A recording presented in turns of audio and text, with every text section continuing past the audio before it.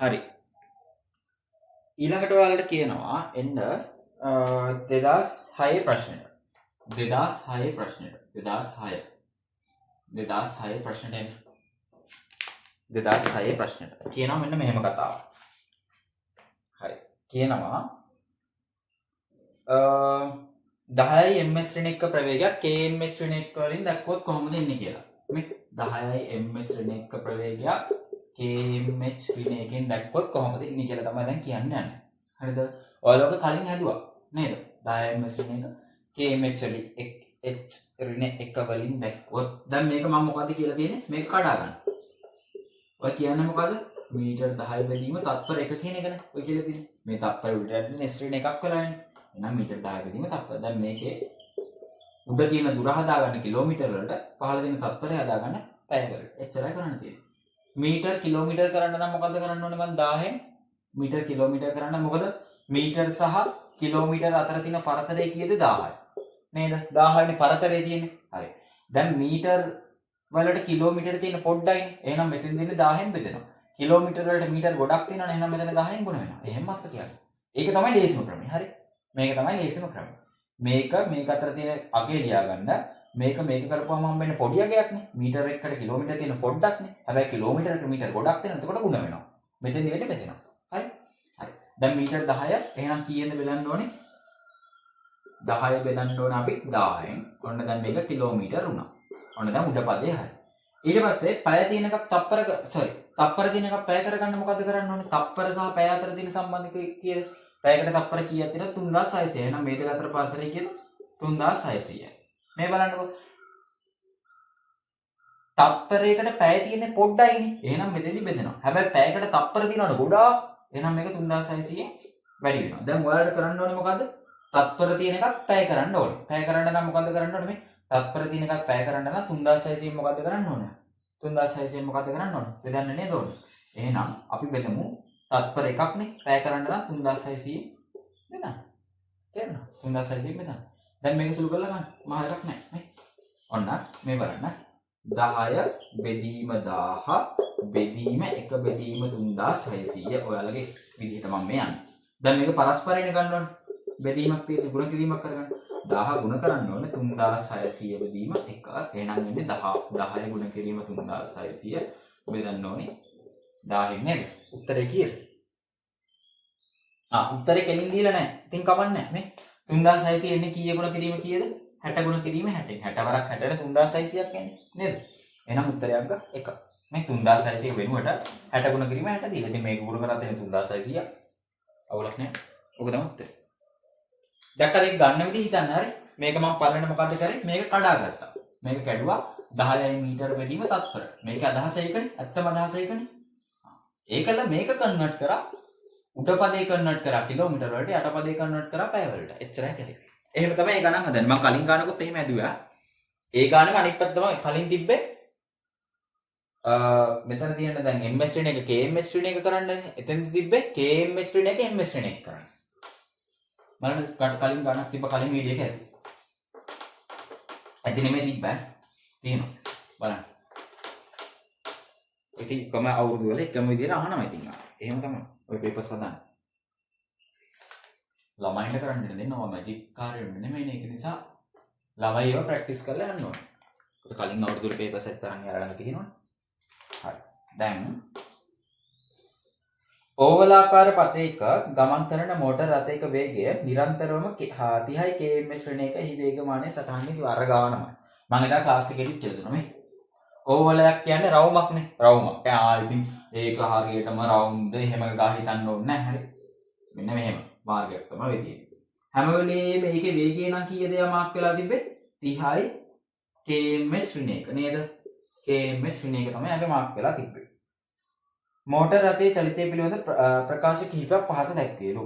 පතේ එක් වටයක් සම්පූර්ණ කිරීමේදී විස්ථාපනය ශුන්‍ය වේ. මම අර පේපර් එකෙත් දුන්නේ මේ.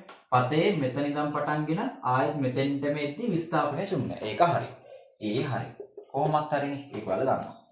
එක් වටයක් සම්පූර්ණ කිරීමේදී පතේ පරිධියට සමාන දුරක් රථය ගමන් කර ඇත. ඒකත් හරිනේ. අර කෘමියාගේ ගාන මතකද පේපර් එකේ තිබ්බ? කෘමියක් ගානේ මොකද්ද? මෙයා ගමන් කරපු දුර හොයන්න නම් අපි මොකද්ද කරන්න ඕනේ? 25r ව දාන්න ඕනේ නේද? 25r දාලා මේක සුළු කරලා ගත්තාම එයාලා අගයක් දෙයි අරයට අගයක් දෙයි. එතකොට ඒක දාලා ගත්තාම මෙයා ගමන් කරපු දුර වෙන්නේ මේකේ පරිධිය. ඒක වල ගණන් වලදී දන්නවා. හරි. රථය ඒකාකාර ප්‍රවේගයෙන් ගමන් කර ඇත. මේක ඒකාකාර ප්‍රවේගයෙන් ගමන් කරනවද නැද්ද? ඇයි? ප්‍රවේගයක් නියත වෙන්න නම් මං කිව්වා මොකක් නියත වෙන්න ඕනද? ප්‍රවේගය නියත වෙන්න නම් ප්‍රවේගය නියත වීමට මොකක් වෙන්න ඕනද? ප්‍රවේගයේ දිශාවත් නියත වෙන්න ඕනේ, විශාලත්වයත් නියත වෙන්න ඕනේ. දැන් මෙතෙන්දි විශාලත්වය නම් කීයමද වේගමානය සටහන් වෙන්නේ? 30ම තමයි. 30ම තමයි. නේද? හැබැයි මෙතෙන්දි දිශාව මොකද වෙන්නේ? මෙතෙන්දි මෙහාට, මෙතෙන්දි මෙහාට, මෙතෙන්දි මෙහාට, මෙතෙන්දි මෙයාගේ දිශාව මෙහාට, මෙතෙන්දි මෙහාට, මෙතෙන්දි මෙහාට. දිශාවෙන් එන්න වෙනස් වෙනවා. එහෙනම් දිශාව නියතයිද නැහැ? එහෙනම් මෙතන ප්‍රවේගය නියතයිද නැහැ? තේරුණාද? ප්‍රවේගය නියත. තේරුණා නේද? එතන ලියා ගන්න. ප්‍රවේගය නියත වීමට නම් එහි විශාලත්වය මෙන්ම දිශාවද නියත වී යුතුයමය. එහි විශාලත්වය මෙන්ම දිශාව නියත වී යුතුයමය. වෘත්තාකාර මාර්ගයක ගමන් කිරීමේදී දිශාව වෙනස් වන නිසා වෘත්තාකාර මාර්ගයක ගමන් කිරීමේදී දිශාව මොහොතින් මොහොත වෙනස් වන නිසා ප්‍රවේගය නියත නැත. වීඩියෝ එක නවත්වලා ලියුවා. හරි. ප්‍රවේගය නියත නැත.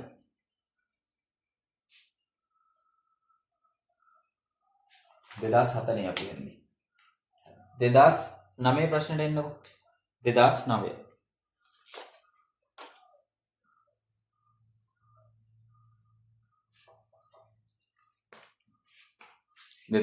ප්‍රශ්නෙට.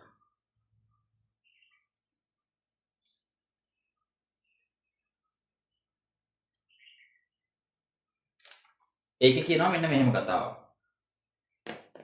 අපිට දීලා තියෙනවා සිසුන් කණ්ඩායමක් විසින් ට්‍රොලි එක චලිතය සම්බන්ධයෙන් සිදු කරන ලද විද්‍යාගාර පරීක්ෂණයකදී රැස් කරගත් දත් ඇසුරෙන් අදින ලද විස්ථාපන කලපස්ථාරයක් දීලා තියෙනවා. ඔන්න දැන් විස්ථාපන කලපස්ථාරයක් මෙතන දීලා තියෙනවා. කාලයත් එක්ක විස්ථාපන කලපස්ථාරයක් දීලා තියෙනවා. මෙම ට්‍රොලියේ චලිතයට වඩාත්ම ගැලපෙන ප්‍රවේග කලපස්ථාරය මේ විස්ථාපන කලපස්ථාරය මෙහෙම දීලා තියෙන්නේ. මේකට ගැලපෙන වඩාත්ම ගැලපෙන ප්‍රවේග කලපස්ථාරයනේ අපෙන් අහන්නේ. හරි. ප්‍රවේග කලපස්ථාරය අහනවා. දැන් මම කියලා දීලා තියෙනවා මේ මෙහෙම රේඛා තුනක්. අනුක්‍රමණයේ ධනවන රේඛා තුන මේක, අනුක්‍රමණයේ ඍණවන රේඛා තුන මේකනේ. මේ වගේ අදහස මොකද්ද?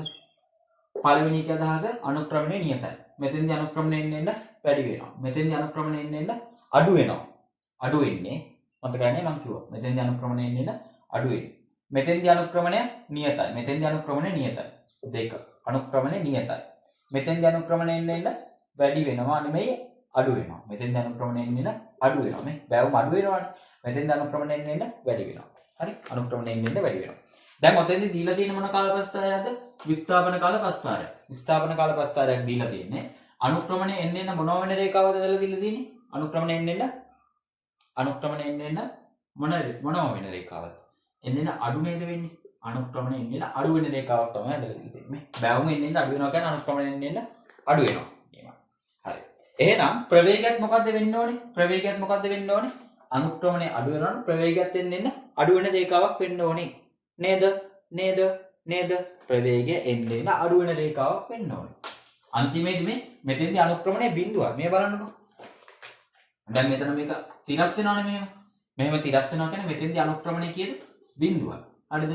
ඒ කියන්නේ ප්‍රවේගය ඇවිල්ලා බිඳුව වෙන්න ඕනේ. කොහොම හරි බිඳුව වෙන්න ඕනේ. ඉතින් ඔතන බිඳුවක් වෙන පස්තාර එකයි නේ තියෙන්නේ. ප්‍රවේගය කොහෙන් හරි ඇවිල්ලා ප්‍රවේගය වැඩි වෙන තරකින් ඇවිල්ලා අඩු වෙලා බිඳුවක් වෙන පස්තාර එකයි නේ තියෙන්නේ. උත්තරංග දෙක. මහ දෙයක් නෑ. එහෙනම් ප්‍රවේග කල්පස්ථාරය මොකද්ද වෙන්නේ? ප්‍රවේග කල්පස්ථාරය ප්‍රවේගයේ තිබිලා පටන් අරගෙන ප්‍රවේගයෙන් බිඳුවක් වෙන ප්‍රස්ථාරය. ඔක තමයි. නේ. මෙතෙන්දී අනුක්‍රමණය මේක සමතලා වෙනවනේ. ඒ කියන්නේ එතන අනුක්‍රමණයක් නැහැ. ප්‍රස්ථාරය මෙහෙම තිබ්බොත් අනුක්‍රමණයක් තියෙනවද? නැහැ. මේක අනුක්‍රමණය බිඳුව. නියත නැහැ. මේක නියත එහෙම නැහැ මේ අනුක්‍රමණය. මොකද්ද මෙතන අනුක්‍රමණය? බිඳුව. අනුක්‍රමණය සමානයි බිඳුව. හරිද? අනුක්‍රමණය සමානයි බිඳුව. එතෙන්දී ඔයාලා කරගන්න ඕනේ ආයෙ පාරක් නෝට් එකට ගිහිල්ලා බලන්න ඔය රේඛා 6 දිහා. මේ අනුක්‍රමණය බිඳුව වෙන රේඛාවත් බලන්න. හරි මේක අනුක්‍රමණය නියත නැහැ. අනුක්‍රමණය බිඳුව වෙන රේඛාව. හරි. මම කොහොමද හිතුවේ විස්ථාපන කල්පස්ථාරකින් හම්බෙන්නේ ප්‍රවේගයක් ප්‍රවේගය අනුක්‍රමණය එන්න අඩු වෙලා අනුක්‍රමණය බිඳුවක් වෙලා. ඔව් නේද? ඔව්. ප්‍රවේගය එන්න අඩු වෙලා අනුක්‍රමණය එන්න අඩු වෙලා බිඳුවක් වෙලා කියන්නේ ප්‍රවේගයත් මොකද වෙන්න ඕනේ? එන්න අඩු වෙලා බිඳුවක් වෙන්න ඕනේ. එහෙම තමයි හිතන්නේ. අනුක්‍රමණය වෙන දේ ප්‍රස්ථාරයේ දැන් මේ අනුක්‍රමණයට වෙන දේ හිතන්නේ ඒක තමයි අනිත් ප්‍රස්ථාරය අපි අඳින්න ඕනේ. අනුක්‍රමණයට වෙන දේ. දැන් ඒක ඔයාලට පුළුවන් නේ ප්‍රැක්ටිස්. හරි. මෙහි දැක්වෙන විස්ථාපන කාල වක්‍රයට අදාළ වනුයේ පහත් සඳහන් කුමන චලිතයකද? මේ විස්ථාපන කාල වක්‍රය අදාළ වෙන්නේ පහත් සඳහන් කුමන චලිතයකද කියලා අහනවා. 2010 ප්‍රශ්නේ.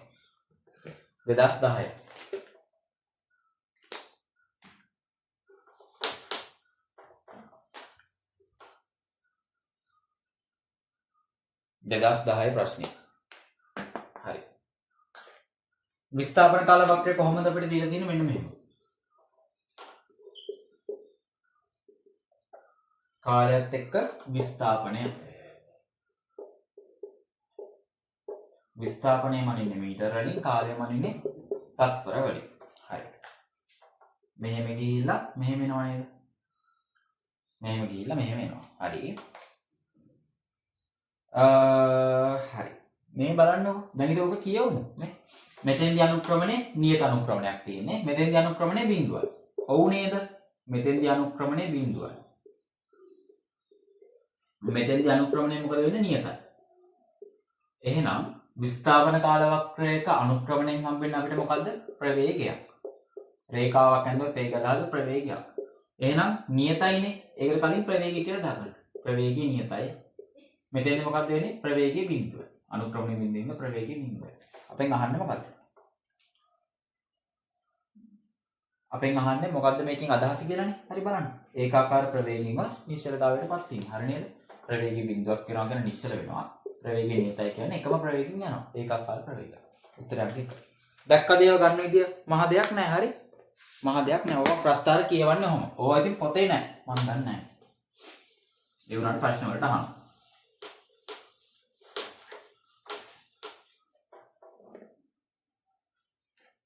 දෙදාස්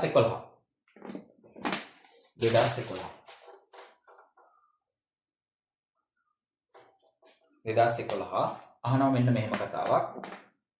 එකම මේ බලන්නකෝ. නිදහසේ සිරස්ස ඉහළට විසි කරන ලද වස්තුවක්. නිදහසේ සිරස්ස ඉහළට විසි කරන වස්තුවක් ආයෙ මෙතන ගිහලා ආයෙ මෙතෙන්ට වැටෙනවනේ. මේ චලිතයට අදාළ ප්‍රවේග කාල ප්‍රස්ථාරය අපෙන් අහනවා. ඉතින් මොකද්ද? ප්‍රවේග කාල ප්‍රස්ථාරය අහන්නේ. කාලයට ඉදිරිය ප්‍රවේගය. ප්‍රවේගය මනින්නේ ms ශ්‍රේණියකින්, කාලය මනින්නේ මන් තත්පර වලින්නේ. ඔව්නේ. දැන් මේකේ හැම වෙලෙම තරණය කීයක් තියෙන්නේ? 15ට 10යි ms ඍණ 2යි. 15ට 10යි ms ඍණ 2යි. මෙතෙන්දිත් උපරිම ලක්ෂයේදීත් 15ට 10යි ms ඍණ 2ම තමයි ඈ. හරි. ප්‍රවේග කාල ප්‍රස්ථාරයක රේඛාවක් ඇඳුත් ඒකේ අදහස මොකද්ද? තරණයක් හෝ මන්දනයක්.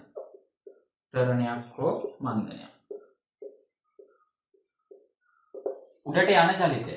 උඩට යද්දී ප්‍රවේගය අඩු වෙවි ඉන්නේ. ප්‍රවේගය අඩු වෙනවා. මෙතෙන්දී බෝලයක් උඩට විසි කරන්න මම ප්‍රවේගයක් දීලානේ පටන් ගන්න ඕනේ. එහෙනම් ප්‍රවේගයක් මුලදීම තියෙනවා. ප්‍රවේගය එන්නේ උඩට යද්දී මොකද වෙන්නේ? අඩු වෙනවා. හැබැයි ත්වරණය නැත්තම් මන්දනය මොකද වෙන්නේ? නියතයි. එහෙනම් මේ රේඛාවද මේ රේඛාවද? මේක නේද අඳින්න. 15ට යනවනේ. අඩු වෙනවනේ. ඒකල බිඳුවක් වෙනවනේ. ඔන්න මෙතෙන් ආවට පස්සේ ප්‍රවේගයෙන් බිඳුවයි. ඊට පස්සේ මොකද වෙන්නේ? ආයම ත්වරණයෙන් වැටෙනවා. මේක කොහොම යනවා? අර රේඛාව මතකයිනේ මේ ප්‍රස්ථාරය. ඇයි මේක එකම සරල රේඛාවක් උනේ? සරල රේඛාවක් හැමතැනම අනුක්‍රමණය නියතයි.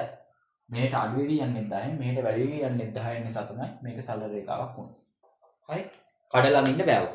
කඩලා ඇඳුත් ඒත් ඇති.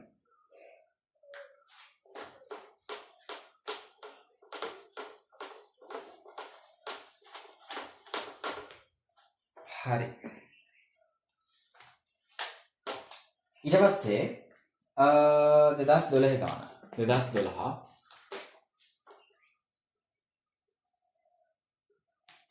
2012 ඒකේ කියනවා මෙන්න මෙහෙම කතාවක්. ගලක් සිරස්ස ඉහළට 20යි ms ඍණ 1 ප්‍රවේගයෙන් විසි කරන ලැබේ. ගල ළඟාවන උපරිම සිරස් උස හා ගල පොළොව මත පතිත වීමට ගතවන මුළු කාලය කොපමණද කියලා අහනවා. ගලක් ඉහළට 20යි ms ඍණ 1 වේගයෙන් තමයි විසි කරන්නේ. අපෙන් අහන්නේ එයා යන උපරිම උසට යන්න ගත වෙච්ච කාලයයි නේද? මෙයා යන උපරිම උසට යන්න ගත වෙච්ච කාලය. මෙයා යන උපරිම උසට යද්දි මෙයාගේ ප්‍රවේගය නම් කීයද? ප්‍රවේගය නම් බිඳුවක් වෙනවා. අපෙන් අහනවා කාලය කීයද කියලා එයාලා අහනවා නේද? ඉතින් ලේසිනේ. මෙයා උඩට යද්දී තරණේ තියෙන පහළටනේ. එහෙනම් උඩට යන්නේ මෙයාලා මන්දනේ. මන්දනේ අගය කීයද? දන්නවා ඔයාලා. අඩු වෙවි යන්නේ මන්දනේ අගය 10යි ms ඍණ 2යි. මේක අදහස මොකද්ද? තත්පරයකට 10යි ms ඍණ 1 බැගින් ප්‍රවේගය අඩු වෙයි. තත්පරයකට 10යි ms ඍණ 1 බැගින් ප්‍රවේගය අඩු වෙයි. ප්‍රවේගය අඩු වෙයි. හරි. තත්පරයකට 10 ගානේ අඩු වෙනවා නම් මේ එක තත්පරයක් ගියපුවම මෙයාගේ ප්‍රවේගය 10 ms වෙනවා. ඊළඟ තත්පරයේදී මෙයාගේ ප්‍රවේගය බිඳුවක් වෙනවනේ. එහෙනම් මෙයා යන්නේ තත්පර කීයද? තත්පර 2යි. හරිද? තත්පරයකට 10 ms වෙන එක බැගින් අඩු වෙන්නේ. ඒ කියන්නේ තත්පරයකට මීටර 10 බැගින් තමයි අඩු වෙන්නේ. එහෙනම් තත්පරයකට මෙයා යන්නේ මීටර නම් කොච්චරද? 10යි. අනිත් තත්පරෙත් යන්නේ මෙයා මීටර නම් කොච්චරද? 10යිම තමයි. එහෙනම් මීටර ඔක්කොම කීයක් දෙන්න උඩට? 20යි.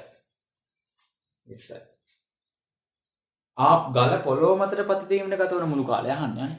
එහෙනම් මොකද්ද වෙන්නේ? මෙතනින් මෙතෙන් යන යාට තත්පර 4ක් යනවා. තත්පර 2ක් යනවා. ඒ තත්පර දෙකම තමයි ආයෙත් පහළට රැගෙන්නත් ගත වෙන්නේ. එහෙනම් ඔක්කොම තත්පර 4යි. ගල ළඟා වන උපරිම සිරස්වස කීයද? සිරස්වස මීටර් 20යි. ඒක තේරෙනවනේ? ගල ළඟා වන උපරිම සිරස්වස මීටර් 20යි.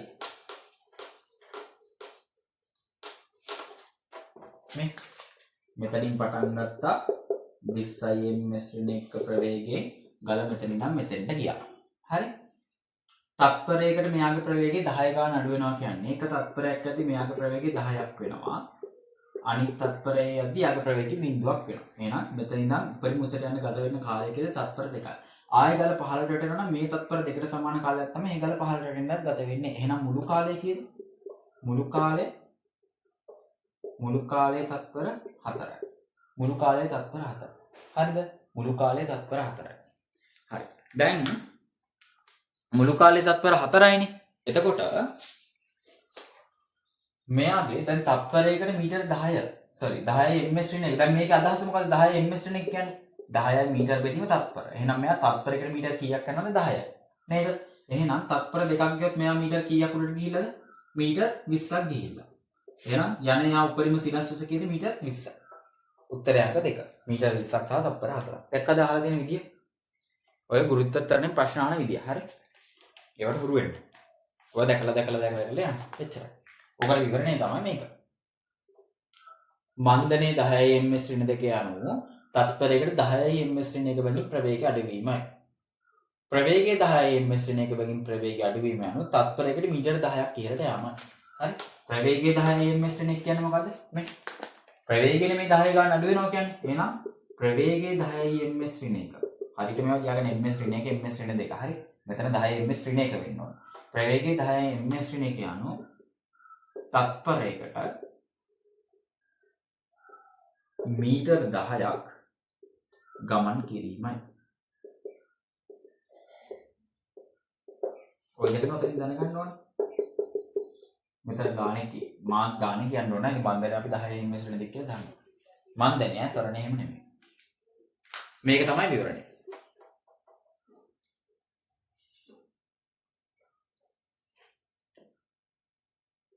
හරි නේද? 2012 ෆිනිෂ්. ඊට පස්සෙන්ද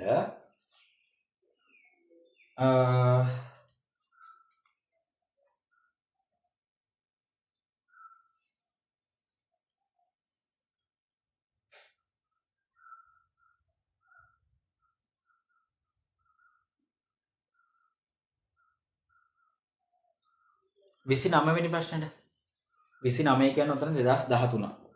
ඊළඟ ප්‍රශ්නේ හරි.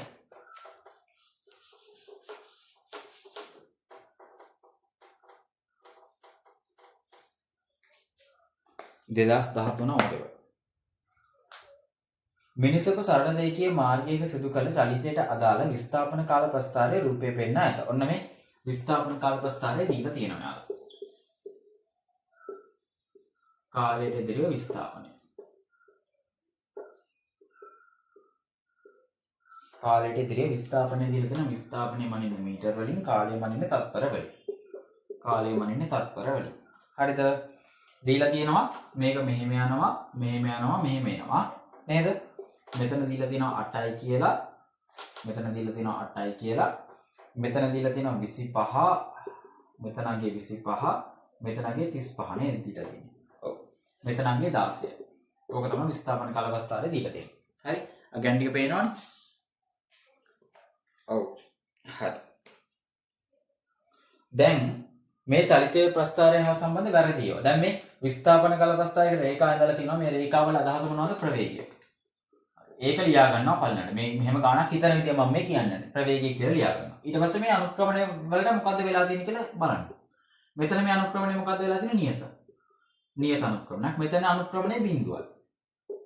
අනුක්‍රමණය බිඳුවයි. මේක නියත එහෙම නෑ. තට්ටේ බලනවා මේක නියතයි කියලා එහෙම හිතාගත්තොත්. මේක වැරදි. සෝරි මේක නියතයි. මේක නියතයි අනුක්‍රමණය නැත්තම් ඔයාලා මේක හිතා ගන්නවා මේක මෙතන අනුක්‍රමණය නියතයි කියලා නෑ. අර ඒකාකාර ප්‍රවේගයේ පුරුද්දට හිතා ගන්නවා මෙතන අනුක්‍රමණය නියතයි කියලා නෑ. මෙතන අනුක්‍රමණය බිඳුව. මෙතන අනුක්‍රමණය තමයි නියත. මෙහෙම අදින අනුක්‍රමණය තමයි නියත. තේරුණාද? මේ අනුක්‍රමණය මොකද්ද? මේක අනුක්‍රමණයක් නෑ. බිඳුවයි. සරල රේඛාව.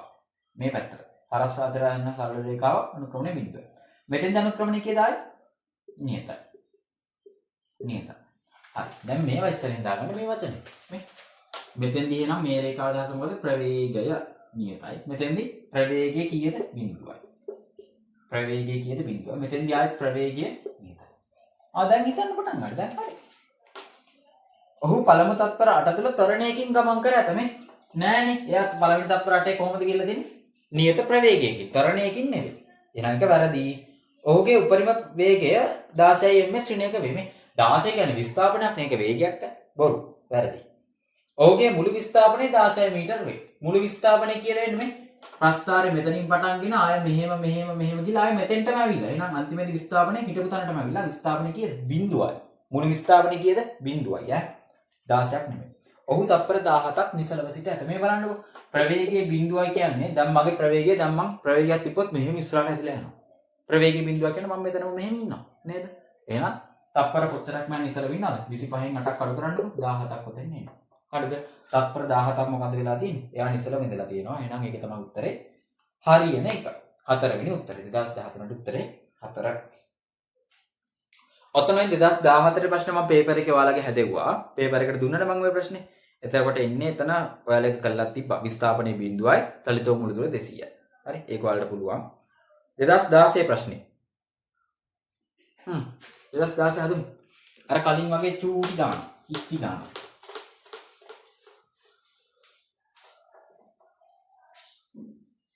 ඉච්චි ගානක් තියෙන මේ චූටි ගානක් 2016 ඕල්ඩ් එක OLD නේද? O level ඕල්ඩ් එක O level 2016 පරණ එක පරණ සිලබස් එකේ ආපු ප්‍රශ්න. මහනුවර සිට කොළඹ දක්වා ධාවනයේ වෙමින් තිබූ බස් රථයක් පැය 4ක කාලයකදී ඒ සම්පූර්ණ ගමන නිම කළේ. ඔව් නුවර ඉඳන් කොළඹට යන්න ඇත්තටම පැය 4ක් යනවා. CTB එකට. බස් රථයේ ධාවනය වූ දුර කිලෝමීටර් 112ක් නම් බස් රථයේ සාමාන්‍ය වේගය. ඉතින් මොකක්ද අනේ සාමාන්‍ය වේගය සමානයි දුර බෙදීම කාලය එච්චරයි. සාමාන්‍ය වේගය සමානයි ගමන් කළ මුළු දුර. අර මේ සමීකරණ දැන් දන්න බෑ. මම අර පේපර් එකේ අහුවනේ. ගමන් කළ මුළු දුර බෙදන්න ඕනේ. ගත වූ මුළු කාලය. හරි. ගමන් කළ මුළු දුර කීයද? කිලෝමීටර් 112යි. ගත වූ මුළු කාලය කීයද? කාලය පැය 4යි. මේක විතර ගන්න. 114 මෙතන කීයද? 112 බෙදීම 4. දෙක අර පොඩි කාලේ වගේ 8 9 10 11 3යි 32ට 4 ඒවා 6යි නෑ 8යි 8 වරක් 4 32යි 28යි නේ KMH වෙන එකයි නේද උත්තර අංක 3 අවුලක්ම නෑ වලේසි ඊට 2016 පේපර් එකෙත් ඇහුවා දෛශික රාශියක් වන්නේ මොකද එතනින් බර කියන්නේ දෛශිකයක් ස්කන්ධය කියන්නේ අදිශයක් නෝ කියලා දුන්නා ඊට පස්සේ 2016 නිව් එකේ හරි ඔතන තියෙන 32 වෙනි ප්‍රශ්නේ. මම ඊළඟ උත්තරේ කිව්ව එක නේ. ඒක ඔයාලා කරලා දිනවා ඈ. ආයෙ කරන්න ඕනේ නැහැ. ලේසි ප්‍රශ්නයක් ඒක. 2016 නිව් එකත් ඔයාලා කරා. ඊළඟ ප්‍රශ්නේ 33ත් කරා. මම ක්ලාස් එකේදී කෙරෙව්වේ. ඒක මම හදන්නෙත් නෑ. ඒකත් කරා.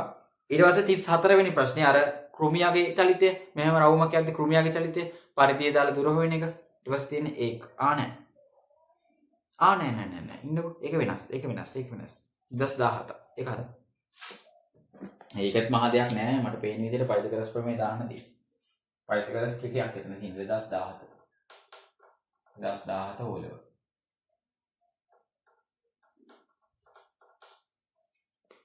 2017 ඕලෙවල්. හරි.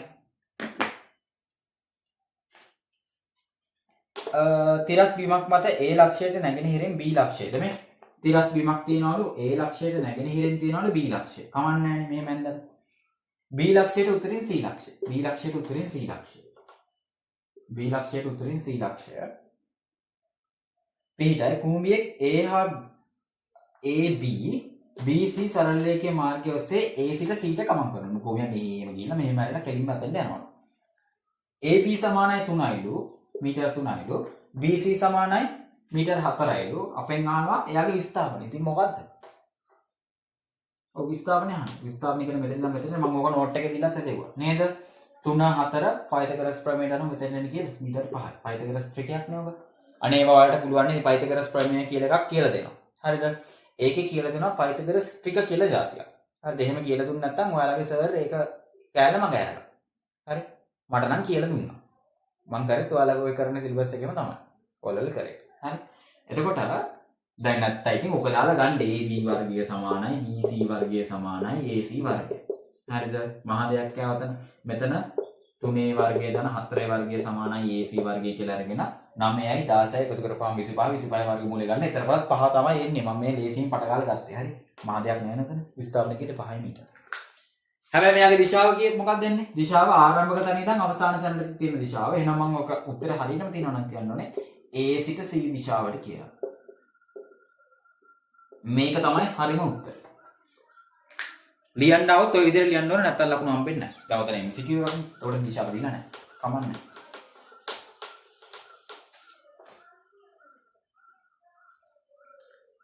මම 2017 අනිත් ප්‍රශ්නෙත් කෙරුවා පොතේ හදවලා. ඊට පස්සේ ප්‍රශ්න අහන 2019 ප්‍රශ්න අහනවා යාලා. දෛශිකයක් වන්නේ පහත සඳහන් කුමන රාශිය? දෛශිකයක් වෙන්නේ මොකද්ද උතන? විස්ථාපනය. දුර කියන්නේ අදිශයක්, පීඩනය කියන්නේ අදිශයක්, කාර්ය කියන්නේ අදිශයක්. විස්ථාපනය තමයි දෛශික රාශියක් වෙන්නේ. හරි 2019. ඊට පස්සේ අනිත් 2019 ප්‍රශ්නේ මේ ප්‍රශ්නේ මෙතෙන්ද දාලා නේද? මම ওই ප්‍රශ්නේ හෙව්වා. බලේ පාඩම උගන්වද්දී මේ නිව්ටන් නියම උගන්වද්දී 10 වසර රිවිෂන් එකට. ඔය වගේ ප්‍රශ්න 3ක් අහලා තිබ්බා. හරිද? ඔය සඳේ ගුරුත්වෝත්තරණය 6න් 1යි කියන අගේ 2016 ප්‍රශ්නයක් තිබ්බා. 2019 ප්‍රශ්නයක් තිබ්බා. 2023 ප්‍රශ්නයක් තිබ්බා. ඔව් මට මතකයි 2023 හරියටම හරි. බලන්න 16 17 18 19 20 21 22 23 අවුරුදු 3කිනුයි අවුරුදු 4කිනුයි ආයෙ පාර මේ ප්‍රශ්න ආයෙ රිපීට් වෙලා ඇවිල්ලා තිබ්බා. ඔය ප්‍රශ්නේ දැනට අපිට හම්බ වෙනවා පාස් පේපර්ස් වල 3 පාරක්. හරි 3 පාරක් හම්බ වෙනවා. ඔය CI නිව්ටන් කියන උත්තරේ එන ප්‍රශ්නේ දෙපාරක් හම්බ වෙනවා. හරි ඒ තුනෙනුත් දෙකක් උත්තරේ මොකද CI නිව්ටන්. මොකද කරන්නේ? ඒක මම බලේ පාඩම ඉවරුනාම වලට කියලා දෙන්න. නිව්ටන් නියම ඉවරුනාම මේක මහ දෙයක් නෑ. ඉතින් චූටි දෙයක් තියෙනවා.